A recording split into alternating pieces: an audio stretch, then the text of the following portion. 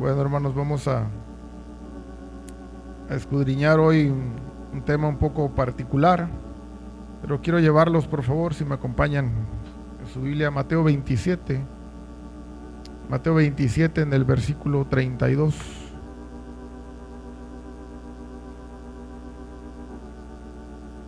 Y como ustedes saben, hermanos, siempre el final de los evangelios tiene que ver con la parte final del ministerio de Cristo. Y esto sucede exactamente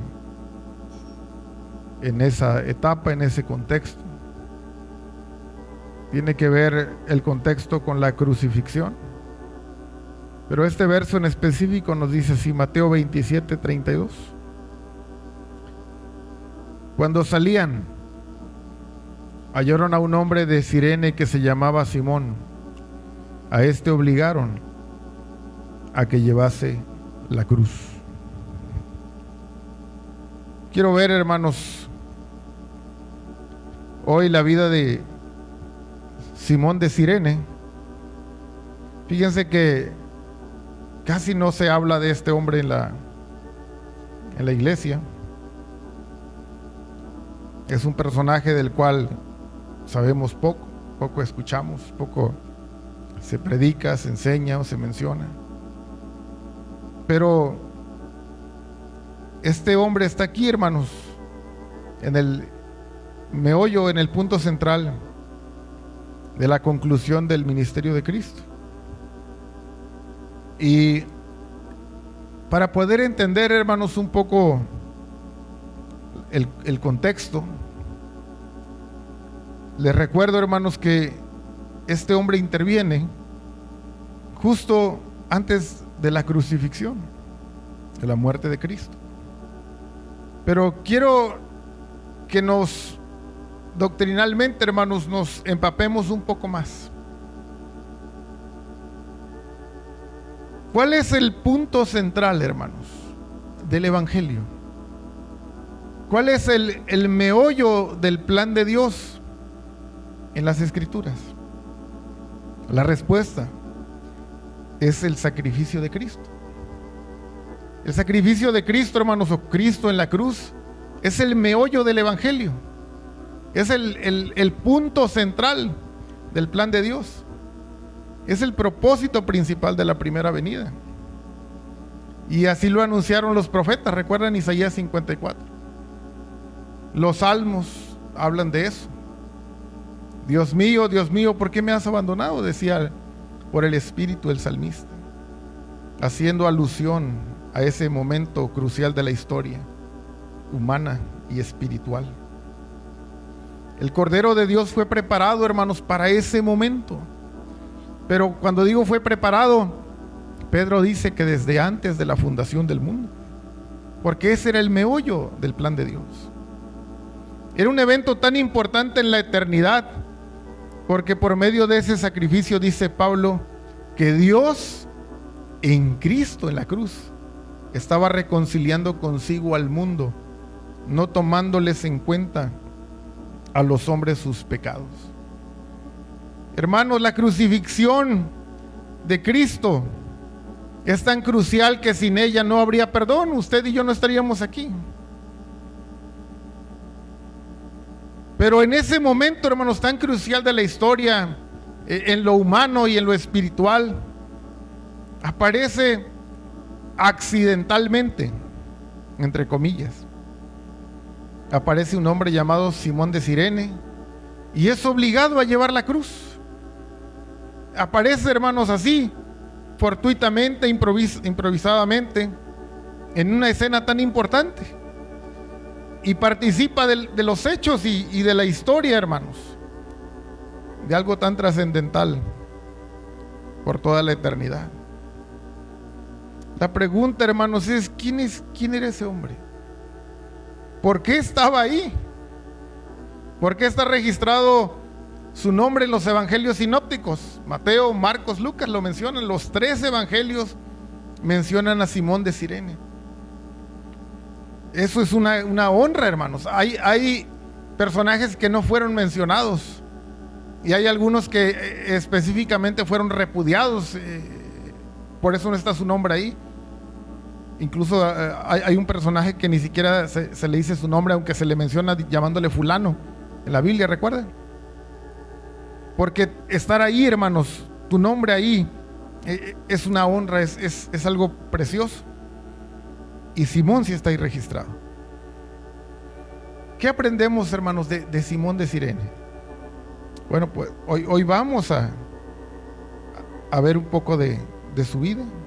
Espero poder cubrir lo más posible su vida, pero regresando aquí a Mateo 27:32, hermanos, solo vamos a estar viendo puntualmente lo que los evangelios mencionan de ese hombre, de ese varón. Pero aquí dice Mateo 27:32 que era de Cirene. De Cirene. Fíjense, hermanos, cuando yo estaba recién convertido y empezaba a leer la Biblia, no entendía por qué algunos personajes tenían ciertos sobrenombres o acompañamientos del nombre. Pero lo cierto, hermanos, es que Cirene no es su apellido.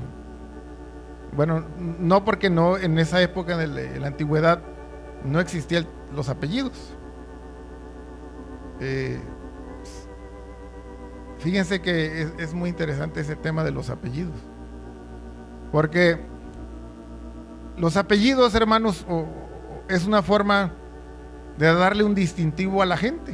No sé si usted se ha puesto a pensar en su apellido, pero la gente, para poder identificarla, siempre se le ha referenciado como a Simón de Cirene.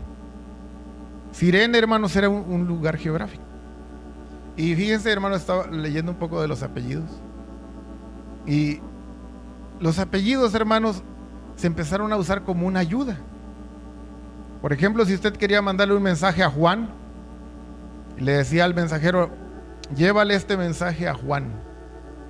Y el mensajero decía: ¿pero cuál Juan? Entonces el que mandaba el recado decía: el del valle, para decir, no el del monte, el del valle. Por eso hay apellido del valle y apellido del monte, porque está referenciado a un lugar geográfico. Si un hombre vivía cerca de un lugar geográfico específico, se le identificaba. Por eso hay puente, palacios, valles, ribera, porque son lugares geográficos donde era un distintivo de la persona. Si tenía un oficio, hermanos, también se le imputaba al nombre el oficio. Y incluso, hermanos, fíjense algo muy interesante, es que si alguien tenía un hijo, se le quedaba la referencia a los hijos del padre. Por ejemplo, los apellidos con terminación EZ quiere decir hijo de. Martínez, hijo de Martín. González, hijo de Gonzalo. Y así en los EZ. Hernández, hijo de Hernán. Y incluso hasta en inglés es lo mismo. Johnson, son es hijo en inglés, hijo de John. Y hermanos, tiene una cosa bien interesante los apellidos. Está referenciado o a quién era tu papá, o qué había de distintivo geográfico donde vivías, el oficio, herrera, etcétera, ¿verdad? Si criabas ganado, cordero, toro, etcétera. Y fíjese, hermanos, a Simón se le dice Simón de Cirene. ¿Qué es Cirene? Cirene estaba situado en la actual Libia, en la costa norte del continente africano. Fundada por los griegos en el 630 a.C. y posteriormente infundida con una significativa población judía. Cirene era la capital del distrito romano de Cirenaica en el momento de la crucifixión de Jesús. En ese entonces, Cirene era hogar de un gran número de judíos de habla griega o helenísticos. Hermanos, Cirene era un lugar geográfico al norte del continente africano. Saben, hermanos, ahí había una población judía importante. Entonces era un lugar de donde provenía Simón. Durante la fiesta de Pentecostés, hermanos, fíjense, esas personas de Cirene, ahora que lo estamos estudiando, los van a recordar cuando lo lean. En el libro de los Hechos, no vamos a ir ahí, en el capítulo 2, recuerdan que el Espíritu Santo cae y empiezan a hablar en otras lenguas. Pero esas lenguas, hermanos, eran otros idiomas del mundo conocido. Y dice la Biblia, ustedes después con calma lo leen, Hechos capítulo 2, que había gente de Cirene que escuchaba oír las maravillas de Dios en su lengua. O sea, gente que escuchaba de Dios, pero en la lengua que se hablaba allí en Cirene. También había gente de Cirene que era tremenda, porque según el libro de los Hechos, capítulo 6, gente de Cirene disputó con Esteban y lo acusaron de ser un blasfemo. Era gente de Cirene. Pero también había algunos que eran muy buenos, incluso líderes de la iglesia.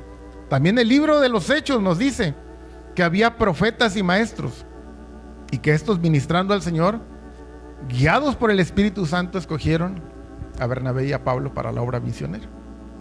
Y uno de los líderes, hermanos, era Lucio de Cirene, del mismo lugar de Simón. Entonces, había gente prominente de ese lugar geográfico habitando en Jerusalén. Fíjense, hermanos, que algo muy interesante es que algunos teólogos piensan que Simón era negro porque venía del norte de África. No tenemos la certeza. Puede que sí, puede que no, pero algunos dicen que hay esa posibilidad. Algunos consideran que Simón había ido a Jerusalén para adorar en el templo durante la Pascua y fue cuando tuvo su encuentro con Jesús. También hay esa posibilidad de que viajó desde su lugar de origen para ir a adorar al templo como hacían todos los judíos practicantes. Bueno, ya vimos un poquito de su origen. Vámonos a ir avanzando hasta que lleguemos al clímax de su vida. Quiero que me acompañen a Lucas 23, 26. Lucas 23, 26, por favor.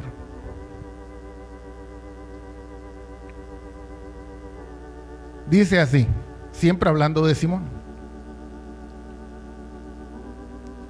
Y llevándole, tomaron a cierto Simón de Cirene, que venía del campo. Fíjense, hermanos, ahora veamos un poquito de lo que él hacía. La Biblia dice que él venía del campo. Posiblemente era un agricultor, pero sea lo que sea, él venía de su trabajo, venía del campo. Al parecer, Simón regresa de su trabajo a casa cuando es obligado a llevar la cruz. Hermanos, no podemos pasar por alto el más mínimo detalle de lo que nos dejó el Espíritu Santo respecto a Simón. Pero el Señor honra, hermanos, cada detalle de la vida de alguien. Y de Simón dice que venía del campo.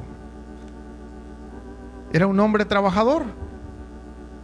No era un hombre perezoso, hermanos, que se levantó de su lecho y presenció la crucifixión. No, él venía de su trabajo. Desde el principio, hermanos, en el huerto, Dios dio el deber de trabajar al hombre. Y miren, quiero hacer un paréntesis de esto porque hay algo muy importante en mantenernos ocupados. Hay algo muy importante, ahorita lo vamos a ver. Pero miren, cuando no había nada, hermanos, en el huerto, nada. Pero absolutamente nada, solo estaba Adán y Dios. Dios lo primero que hace es decirle al hombre: vas a labrar la tierra, ponte a trabajar, haz algo. Hermanos, él pudo haberse acostado así debajo de un árbol y esperar a que cayera una manzana y cacharla y darle una mordida, ¿verdad? Y aventarla y luego, bueno, agarrar por acá una uva, luego un mango. Y hermanos, era el lugar ideal para pasar el tiempo y y jubilarte ahí en Edén. Estaba todo bien padre. No había que hacer nada para alimentarse, todo estaba a la mano. Pero no, Dios le dijo, vas a labrar la tierra. Y miren, quiero que piensen en algo interesante del trabajo. ¿Cuántos días en la semana hay, hermanos? 7. ¿Y cuántos días dice Dios que el hombre debe trabajar? 6.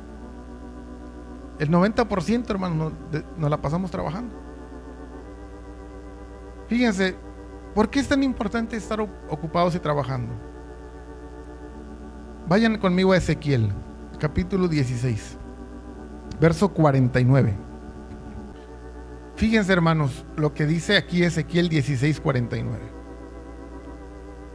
He aquí que esta fue la maldad de Sodoma.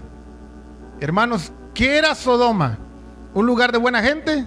No, de lo peor, hermanos. De hecho, el mundo hoy es una Sodoma.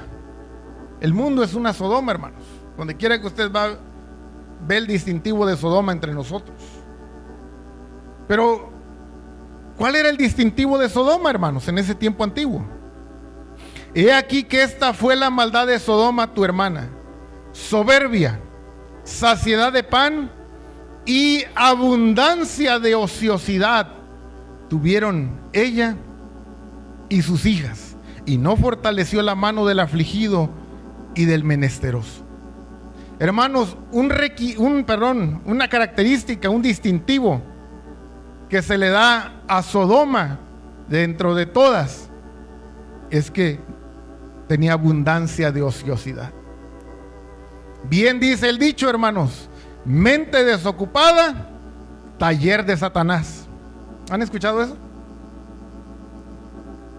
Así es el dicho. Con razón, hermanos, los de Sodoma empezaron a idear cosas feas. Tenían abundancia de pan y mucho tiempo libre. Y empezaron a pensar cosas perversas que después empezaron a hacer y a vivir. 2 errores de la crianza moderna de los hijos son darles todo y no dejar que hagan nada. Como Sodoma. Exceso de ociosidad, hermanos. Todo el día el internet, la tablet, el celular. Cuando nosotros íbamos a Teco, hermanos, ya de regreso de los miércoles, cuando vivíamos allá, y pasábamos por una pizzería, y la pizzería tiene internet. Y ya ven que ahorita la gente es muy buena para piratearse el internet. Y a veces en la orilla de la banqueta, hermanos, ahí pegado a la pizzería, había niños que la agarraban así como de camita la banqueta, se acostaban y se recargaban en la pared y ya estaban con su celular, con la señal de la pizzería, por supuesto. Me supongo yo, no creo que le hayan ido a poner datos para ir a acostarse a la pizzería. Pero, hermanos, ahí se la pasaban viendo contenido en internet. Pero, hermanos, 2 errores de la crianza moderna de los hijos son darles todo y no dejar que hagan nada. Hermanos, la ociosidad es algo que hace mucho daño. ¿Saben por qué tenemos concurso bíblico? ¿Y por qué no lo hemos parado, hermanos? Ya tenemos muchos años seguidos. ¿Por qué no descansamos unos 2 años? Una vez el hermano Marvin, el pastor, nos dijo: no hay algo que haya mantenido o que esté manteniendo la iglesia 24/7 en sus cosas como lo es el concurso bíblico. Porque ahí están repasando los hermanos, leyendo, repasando, estudiando, para el fin de semana practicar. Porque es bueno mantenernos, hermanos, activos, ocupados en cosas buenas. Como el Señor mismo dijo: en los negocios de mi Padre me es necesario estar. Pero siempre tiene que haber una ocupación, algo bueno en que estar invirtiendo el tiempo. Pero como hemos visto, hermanos, en otros personajes de la Biblia, Dios escoge a personas ocupadas para hacer su trabajo. Hermanos, si nosotros somos diligentes y esforzados, Dios no te va a desperdiciar. Y tú eres diligente y eres una persona responsable, Dios no te va a desperdiciar. Aunque nadie te tome en cuenta, aunque yo ni siquiera me he dado cuenta, estoy desperdiciando al hermano fulano, a la hermana fulana, Dios no tiene problema con eso. Dios siempre ha escogido a la gente diligente. Cuando Dios escogió a Eliseo trabajaba con yuntas. Cuando escogió a Pedro y Andrés, echaban las redes. cuando escogió a Jacobo y Juan remendaba las redes, cuando fueron llamados. Mateo estaba trabajando en el lugar de los tributos, cuando fue llamado a seguir a Jesús. Y Simón venía de su trabajo cuando se encontró con Jesús. Veamos un poco más, hermanos, antes de entrar al clímax de la historia de Simón. Vamos a Marcos 15, 21. Marcos 15, 21.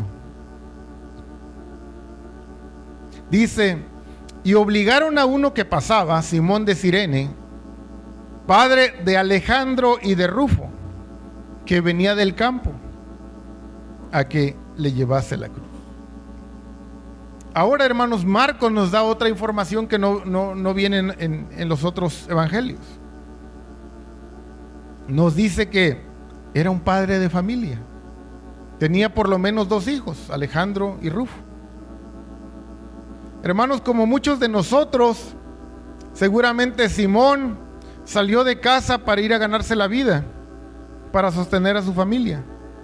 Marcos dice que Simón era padre de Alejandro y de Rufo. Fíjense, hermanos, cuando Marcos los menciona, hay que pensar algo en la perspectiva del evangelio. Miren, uno entiende ciertas cosas cuando está relacionado a tu vida. Miren, por ejemplo, si yo digo, disculpen, hermanos, pero si yo digo, los papás de Jared y Ruth, todos sabemos a quién nos estamos refiriendo, ¿verdad? O si alguien dice, los papás de Abraham y de Jocelyn, es obvio a quién nos estamos refiriendo. Bueno, en Marcos, cuando menciona a Simón, dice, padre de Alejandro y de Rufo. Hermanos, si esos hombres fueran totalmente desconocidos, los discípulos dirían, ¿pero quién es Alejandro y quién es Rufo? Ni los conocemos. No, Marcos dice, padre de Alejandro y de Rufo, porque eran conocidos de la iglesia. Eran conocidos. La tradición dice que ellos eran discípulos. Entonces eran conocidos, hermanos. Miren, eran al parecer tan conocidos que es muy posible que Romanos 16:13 se refiera al mismo Rufo descrito en Marcos 15. Pablo dice en Romanos 16:13 que saluden a Rufo. Dice, escogido en el Señor, y a su madre y mía. Pablo manda saludos, hermanos, a ese discípulo amado en la iglesia. Es muy probable que se refiera al mismo personaje, hijo de Simón de Cirene. Pero vamos, hermanos, a entrar más a fondo. Ya avanzamos un poquito. Ya sabemos de dónde venía Simón, de Cirene, norte de África. Posiblemente de color, posiblemente, pero no sabemos. Era un hombre que venía del campo, estaba trabajando, era un hombre de familia. Pero viene lo bueno de la historia, hermanos. Su encuentro con Jesús. Fíjense, hermanos, viene caminando de la chamba, ¿verdad? Viene caminando y si va pasando por ahí, hermanos, probablemente era porque era su ruta, porque uno acostumbra a tener rutas, ¿verdad? Ya ves, uno, hermano, ni siquiera pone atención por dónde va. Uno va a veces hablando por teléfono, o va pensando en otra cosa, como una vez mi esposa me decía. Ella tenía su ruta del trabajo a la iglesia y de la iglesia a su casa cuando era soltera, y dice que a veces llegaba a su casa y decía, ya estoy aquí, pero ¿a qué horas pasé por ahí? Porque en automático ya uno llega por la ruta. Pero, hermanos, ahí va Simón en su ruta del trabajo a su casa, posiblemente. Y ahora en su camino, por donde él siempre pasa, va una muchedumbre, hermanos, una procesión. Y, hermanos, fíjense, él llega ahí justo donde va pasando 3 condenados a muerte, Jesús y los 2 ladrones. Pero él llega, hermanos, justo en ese momento donde va esa procesión y donde van ellos caminando. Es casi algo accidental. Pero hermanos, en Dios no hay accidentes o eventualidades.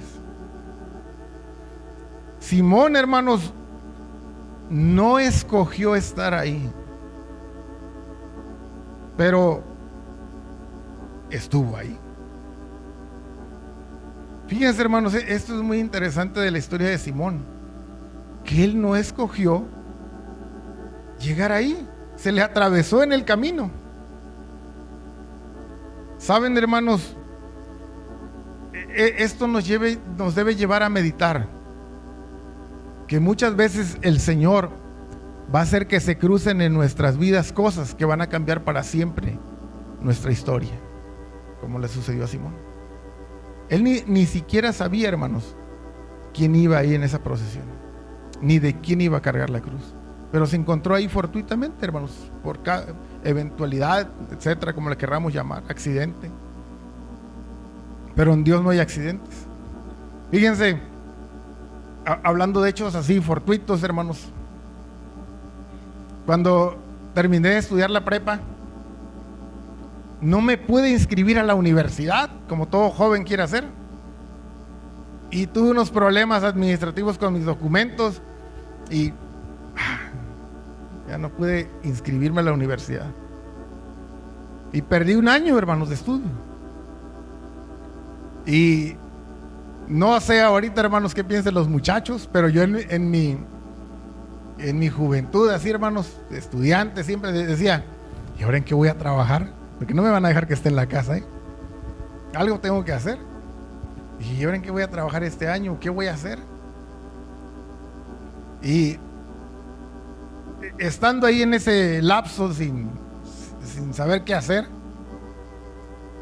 mi hermano, que desde jovencito, hermanos, empezó a trabajar, se enseñó a hacer pan y llegó a ser panadero profesional siendo un jovencito. Y en ese tiempo que yo no estudié, él puso una panadería y me dijo, ¿no me quieres ir a ayudar?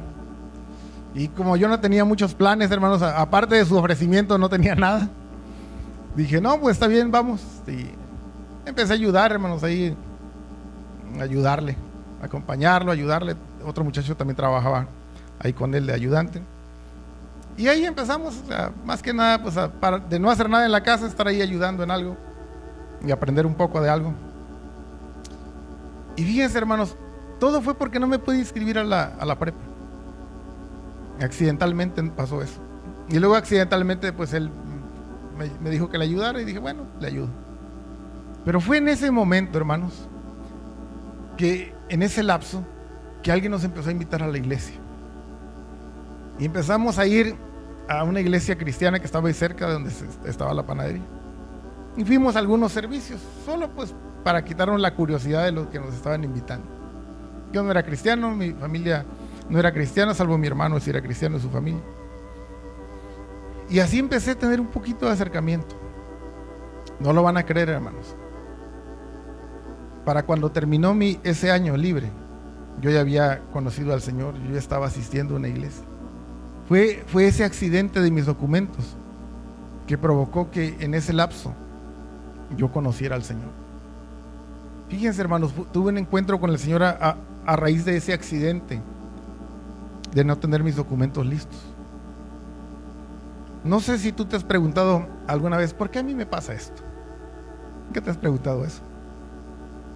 No me lo tienes que decir ni decírselo a los hermanos, pero muchos nos hemos preguntado en ocasiones en la vida, ¿por qué me pasa esto a mí? ¿Verdad? Y hasta queremos darnos un golpe en la pared.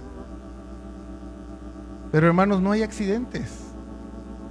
Cuando usted ve la historia de Esther, parece que todos son hechos accidentados, ¿verdad? Pero todo tenía un propósito y a la mera hora todo ayudó bien. Pero lo que podemos aprender de Simón, hermanos, ¿sí?, aunque él estuvo ahí accidentalmente, es algo que dice Juan. Dice, no me escogiste vosotros a mí, sino que yo os escogí a vosotros. Dios escoge a quién atraer hacia sí y en qué momento intervenir en su vida. También dice Juan, nosotros le amamos a Él porque Él nos amó primero. Hermanos, hay un debate actualmente teológico Si usted no está informado, a lo mejor está bien que no esté informado. Pero, ¿saben que hay un debate teológico en la iglesia?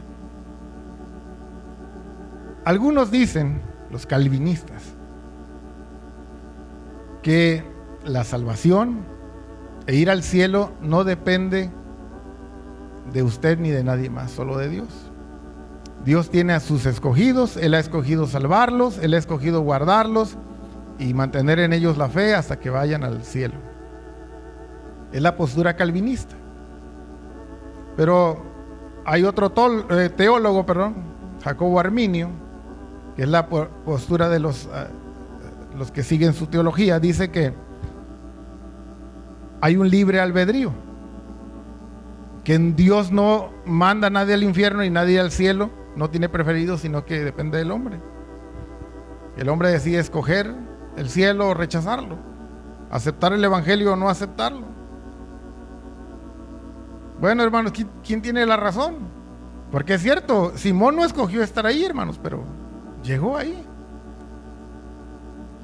divinamente, hermanos. Bueno, como siempre hemos aprendido de nuestro pastor, gracias a Dios, en lugar de defender a capa y espada nuestro punto de vista, como hacen los teólogos, que también es una manifestación de orgullo no admitir que otro puede tener algo de razón. La verdad, hermanos, es que la verdad siempre está en el punto medio. Hay versículos que apoyan que Dios tiene una elección. A Jacob amé, mas a Esaú aborrecí. Dios tiene elecciones. Pero también hay un libre albedrío. Lo vimos hace poco en una prédica que mi esposa compartió. Cuando le fue predicado, hermanos, el evangelio al rey Agripa, él dijo: por poco me persuades a ser cristiano, ¿recuerda? Pero él decidió no ser cristiano. Entonces, hay verdad en los dos puntos. Entonces hay verdad, hermanos, en que Dios permitió que Simón llegara a ese encuentro. Pero ahora iba a ser muy importante lo que Simón iba a hacer en ese encuentro.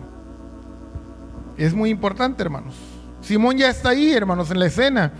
Y miren, si podemos tener una imaginación santificada. Imagínense, hermanos, él viene del campo. No sé si traía alguna herramienta, algo, pero hay mucha gente ahí. Y miren, yo me imagino que más o menos pasó algo así. Simón quiere ver qué está pasando. Se abre paso así entre la gente, hermanos, y se da cuenta que hay una procesión, hay gente llevando una cruz, dos ladrones y otro hombre que se ve muy mal herido con una corona de espinas. Y de repente, hermanos, al asomarse, él no se espera, pero un soldado le dice: tú, sí, tú, ven para acá. Pero, hermanos, él se acaba de asomar. Ven, lleva la cruz de ese hombre. Pero pues si yo no sé qué, yo no tengo nada que ver con él. Lleva la cruz. Recuerden, los romanos eran la autoridad, hermanos. Él no podía decirle: no, pues yo no, hermanos. Era la autoridad, era quien dominaba. Él tenía que obedecer. Y dice Marcos 15:21. Esto es importante, hermanos. Dice: y obligaron a uno que pasaba, Simón de Cirene, padre de Alejandro y de Rufo, que venía del campo, a que le llevase la cruz.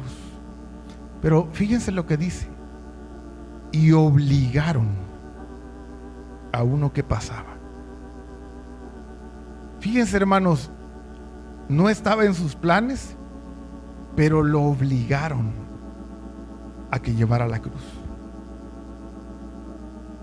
Si tú quieres entender qué significa eso de que lo obligaron, esa palabra griega es la misma palabra que se usa en Mateo 5:41, cuando dice: cualquiera que te obligue a llevar carga por 1 milla, ve con él 2.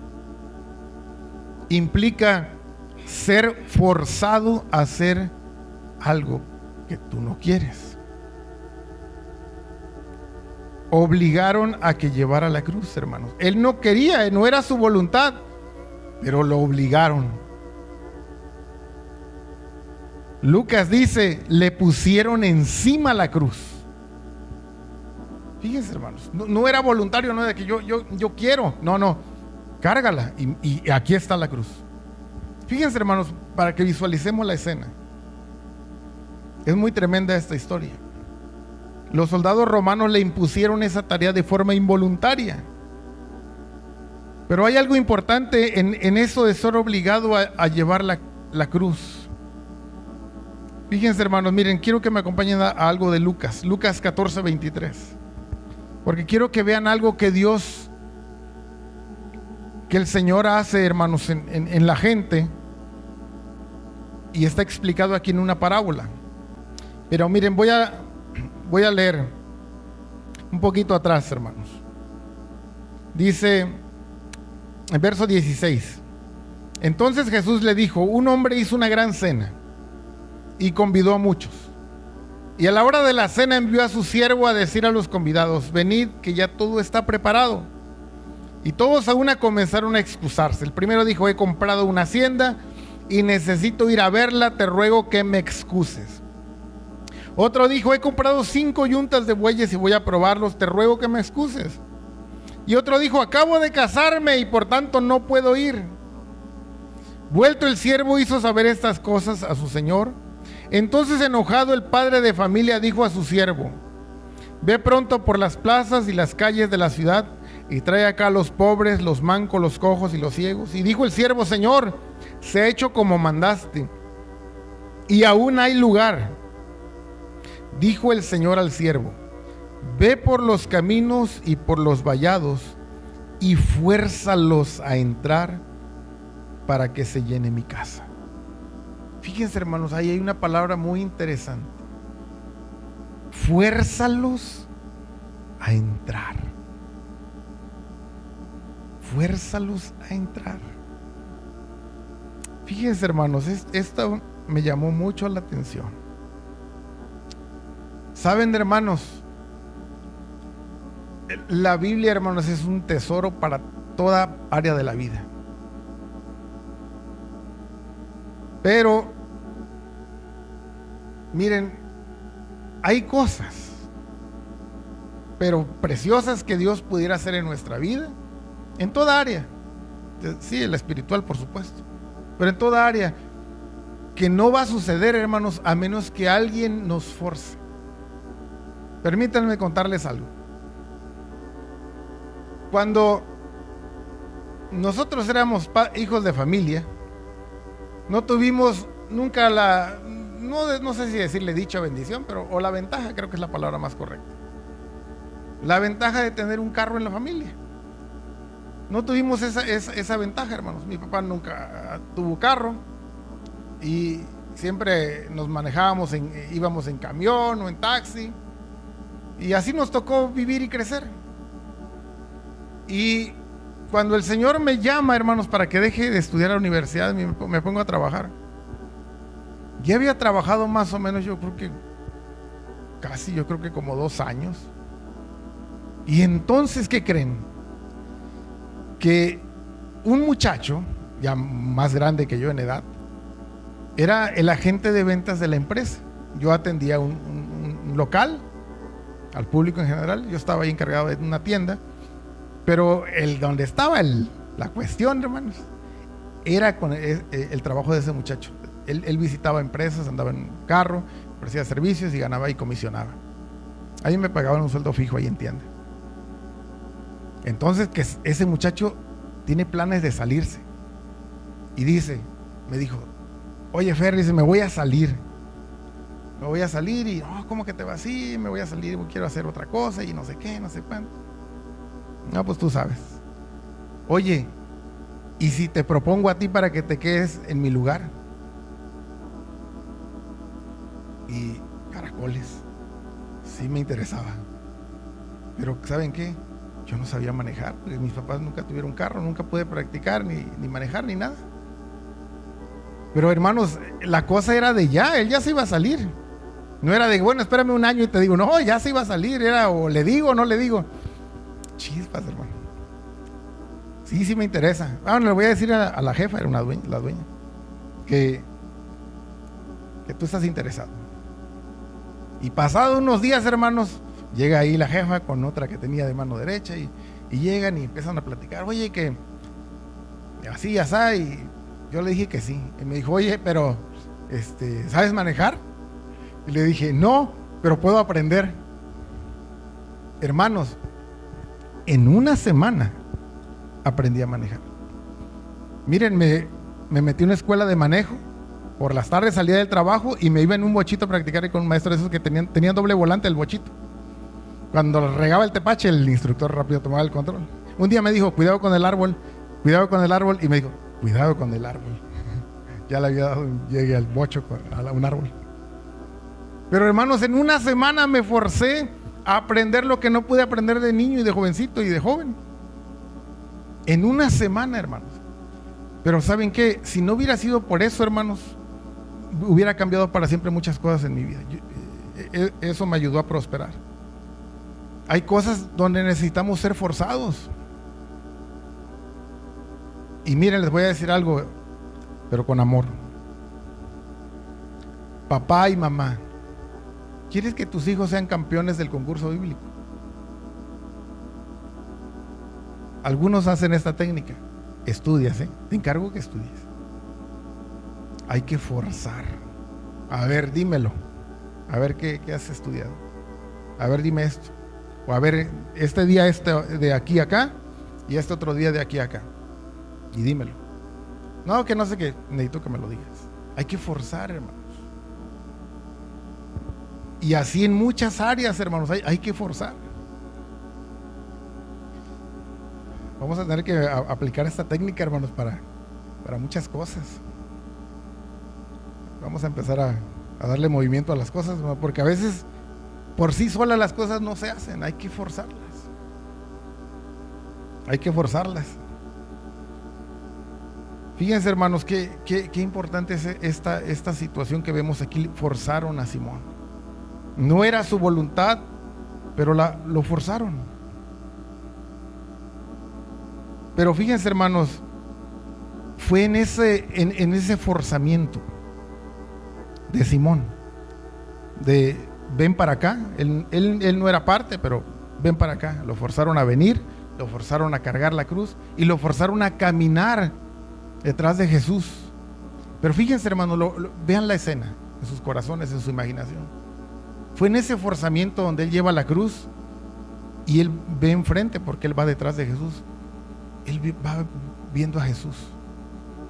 Ve que hay una turba que le dicen de todo, lo condenan, lo critican, lo juzgan, pero él no responde. Él va caminando, hermanos, y no responde. Él va con sangre y él es impactado por la vida de Cristo. Fíjense, hermanos, fue ese forzamiento que lo llevó a un encuentro con Jesús. Saben, hermanos, Cristo quiere encontrarnos, pero necesitamos a veces ser forzados. Recuerdo una hermana, lo decíamos como broma, pero había una hermana muy preciosa, pastora, que ya falleció. Algunos de ustedes no la conocieron, la hermana Soledad de Bustamante. Ella fue pastora muchos años, hermanos, en Sinaí. Fue de los fundadores de esa iglesia en Monterrey. Pero ella era muy ferviente en el Señor, su esposo también. Pero cuando había un llamado al altar, le decía, hermanos, oremos, busquemos al Señor. Y después del mensaje clamaban. Y después decía la hermana, yo siento que todavía falta más. No, sigamos clamando. Y otra media hora tal vez, hermanos, de clamor. Y una hermana que se crió ahí junto con de la generación de mi esposa, siendo amigos y nos juntábamos, decía, la hermana nos mandaba bien asegurados a la casa, hasta que sí nos encontramos con el Señor. Había un forzamiento, hermanos. Pero a final de ese forzamiento, muchos se encontraron con Jesús. Muchos se encontraron con Jesús. De hecho, hermanos, un pastor que también salió de esa iglesia nos dijo, Sinaí es una gran escuela. Es una escuela, hermanos, porque no te hincas 3 minutos. O sea, hay media hora de oración completa el domingo. Después el altar, a veces es un tiempo largo de administración, donde estamos solo orando, buscando al Señor, algunos hincados, algunos parados. Y hay un tiempo largo, hermanos, pero la gente ya fue forzada, ya no se cansa de eso, ya no le pesa a la mayoría. Sí, hay gente que tal vez no está tan acostumbrada, pero la gente ya fue educada así, hermanos, ya fue forzada, ya no le pesa eso. Y muchos necesitamos que nos forcen para que tengamos un encuentro con Jesús. Pero saben, hermanos, así pasa también con nuestra voluntad. Hay cosas que nuestra voluntad no quiere escoger, como el ayuno. Pero tenemos que obligar y forzar a nuestro estómago y a nuestro yo a ayunar. Así como Simón fue forzado, tenemos que forzar nuestra alma, nuestro corazón, para que tengamos encuentros con Jesús. Dice la Escritura, no vamos a ir en 2 de Crónicas 34, dice que el rey Josías hizo que se obligaran los que estaban en Jerusalén y en Benjamín a que guardaran el pacto de Jehová. Los obligó el rey Josías, hermanos. Nuevamente esa palabra. Y vamos ahora a Lucas 23, 26. Lucas 23, verso 26, en la parte final del verso. Fíjense lo que nos muestra literalmente de Simón. Lucas 23, verso 26. Dice: y le pusieron encima la cruz para que la llevase tras Jesús. Fíjense, nos da detalle, hermanos. Sí, el verso pudiera decir, le pusieron encima la cruz. No, pero dice, para que la llevase tras Jesús. Fíjense, hermanos, esos detallitos que dejan las Escrituras son importantes. Simón, hermanos, de Cirene nos muestra gráficamente y literalmente lo que es ser un discípulo. Es estar dispuestos a llevar la cruz y seguirlo. ¿Les recuerda algo eso? El que quiera ser mi discípulo, tome su cruz y sígame. Increíble, hermanos. Simón vivió eso. Simón nos muestra lo que es ser un discípulo de Cristo. Es tomar la cruz y seguir a Jesús.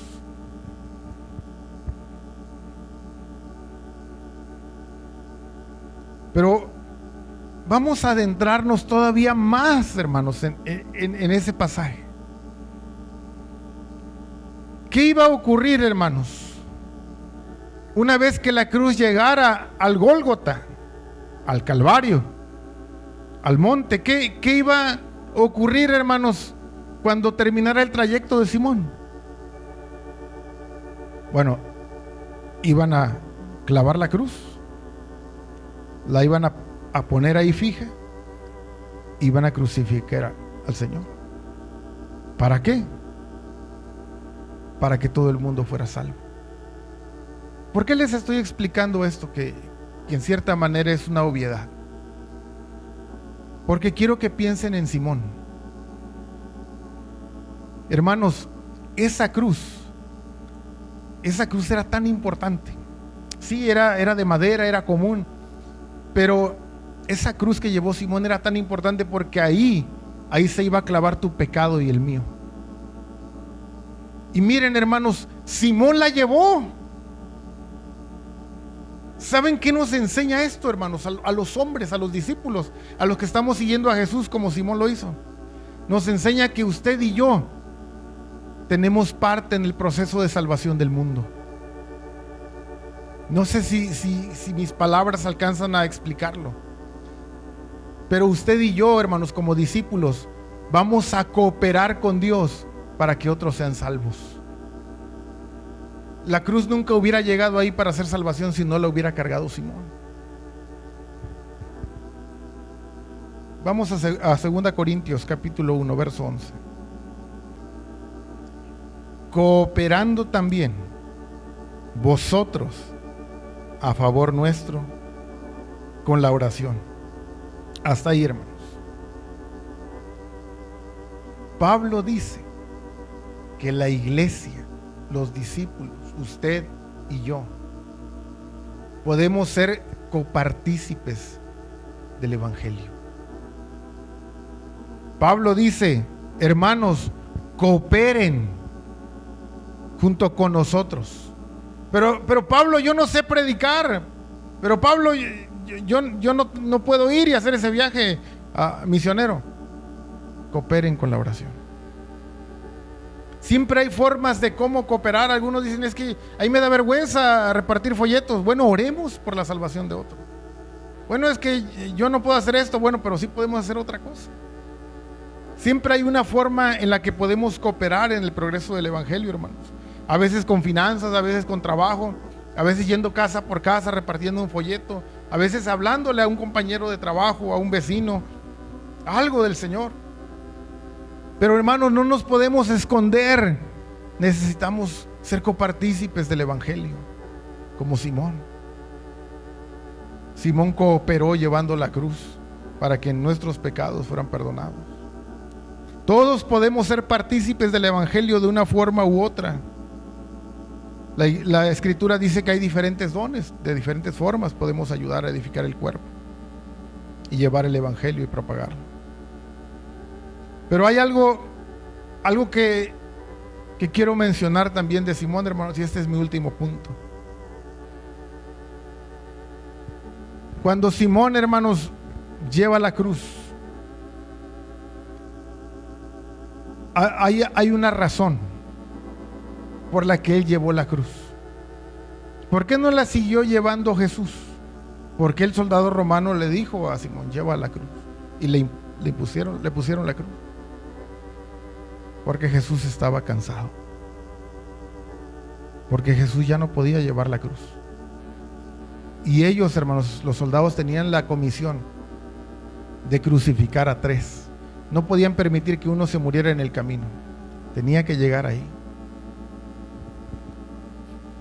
La Escritura nos dice, hermanos, que Simón ayudó a Cristo en un tiempo de cansancio y debilidad. La Escritura también nos dice que lo que hacemos al hermano más pequeño, lo hacemos al Señor. La pregunta es: ¿estamos ayudando al que no puede con su cruz? Hay cruz de pobreza, hay cruz de enfermedad, hay cruz de desánimo, hay cruz de desaliento. Hay muchos tipos de cruz que llevamos los hermanos, nuestras familias, conocidos. Cuando vemos a alguien que lleva la cruz, a veces es molesto, hermanos.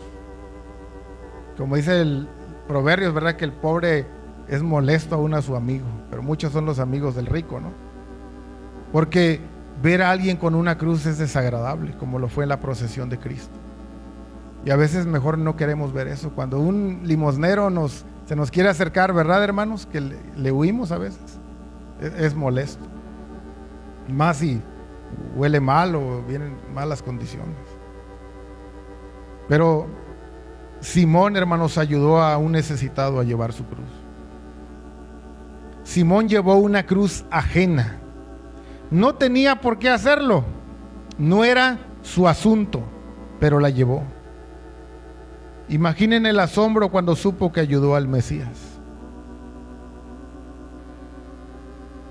Saben, hermanos, con eso termino. Cuando falleció mi papá hace poco, todos dimos algunas palabras. Y yo estaba pensando, hermanos, qué palabras podía dar para el funeral de mi papá. Y el Señor me dio un versículo que dice: el generoso será reconocido por generosidades, o conocido por generosidades. Un distintivo de la vida de mi padre es que él fue muy generoso. Todos en la familia tenemos un testimonio de eso, de su carácter. Pregúntenle a mi esposa. A veces íbamos ellos, yo no los acompañaba, pero a veces iba con mis papás, mi papá y mamá y ella. Y si iban a una zapatería, siempre le decía: le decía a Gina, escoge unos zapatos. No, pero que no sé, escoge unos zapatos. Se casó mi sobrino y mi papá llevaba una caja, así batería. A ver, ¿dónde está fulanito? Aquí estoy, abuelo. Aquí está tu batería. Iban a vender a la casa, hermanos, vendedores ambulantes de fruta. Y a veces le decía, a ver, ¿qué vendes? O, no, pues tanto. Y a mí se me hacía muy caro lo que daba la gente. Y yo le decía a veces a papá, le decía, es que está dando bien caro. Me decía, están necesitados. Les compraba. Así era su carácter. Y el Señor me empezó a dar palabras en el funeral. Y yo le decía a nuestra familia que nos acompañaba en ese tiempo difícil, le decía, yo me imagino el gozo de mi papá, que pudo conocer a Cristo y ser salvo ya casi cuando era muy viejito. Antes de morir, poco tiempo antes, él fue bautizado. Pero yo le decía a mi familia, a los familiares y visitantes, les decía, miren, yo me imagino a mi papá en el cielo cuando Jesús lo reciba y le diga, él se llamaba Margarito, le decía, Margarito, recuerdo cuando yo necesitaba eso y tú me ayudaste. Y cuando hice y necesitaba esto y tú me ayudaste. Y tal vez él diga, pero ¿cuándo, Señor? Cuando ayudaste a ese vendedor, cuando regalaste esto, cuando compraste esto. Hermanos, alguien escribió esto yo no lo digo, pero quiero terminar con esto. Simón no predicó, no hizo milagros, no fundó iglesias, solo llevó una cruz, pero eso bastó para que su nombre quedara grabado en el Evangelio. Qué precioso. Simón solo hizo dos cosas principales: llevar la cruz, seguir a Jesús y ayudar a un necesitado, Cristo mismo. Hermanos, si queremos que nuestros nombres estén en el libro de la vida, necesitamos hacer dos cosas: estar dispuestos a llevar la cruz, seguir al Señor, y estar dispuestos a ayudar a los que sean necesitados. Gracias a Dios por el testimonio de Simón. Vamos a estar en pie, hermanos.